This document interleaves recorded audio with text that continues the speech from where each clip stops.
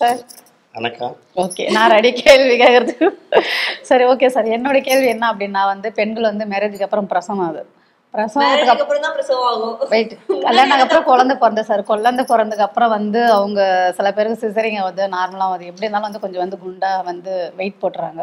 அந்த மாரி ஆயிட்டா அதாவது ஹஸ்பண்ட் பொம்பளைங்க அவங்கள லேடிஸ் லைக் பண்ண மாட்டேங்கிறாங்க. அதாவது அவங்கள அப்படியே ஒதுக்குற மாதிரியே ஒதுக்கிட்டு போறாங்க. அது உனக்கு தெரியும், பக்கத்துல சொன்னாங்களா? பக்கத்து எல்லாமே பக்கத்து வீட்டுல சொல்லுவாங்க. இது இயற்கையா எல்லார் வீட்டுல நடக்க வேண்டியது தானே. அது பிரசவத்துக்கு அப்புறம் எல்லாருமே லேடிஸ் அவங்க நேச்சுரலா எல்லாரும் பண்ண ஊர்ல வரதான் இல்ல சார். முக்கால்வாசி எல்லாம் அப்படிதான் அப்படிதான் பண்றாங்க. இப்ப குண்டாயிட்டு அவங்க ஒரு மாதிரி ஆயிட்டாங்க அப்படின்னாக்கா அவங்க அடுத்த பொண்ணை பார்த்துட்டு அப்படியே அந்த லைன்ல போயிட்டு இருக்காங்க. இப்ப நம்மளோட அழகு ஆமா ஆமா அழகு போயிடுச்சு அப்படின்ட்டு போறாங்க. ஏன் அந்த மாதிரி எல்லாம் போறாங்க? அந்த மாதிரி ஆள் எல்லாம் என்ன பண்ணலாம் அப்படின்ட்டு நான் கேக்குறேன். நான்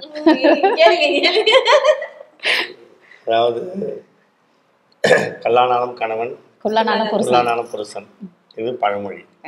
அது மாதிரி மனைவியும் பாத்தீங்கன்னா அமைவதெல்லாம் இறைவன் கொடுத்த வரம். மனைவி இறைவன் கொடுத்த வரம், அமைவதெல்லாம் இறைவன்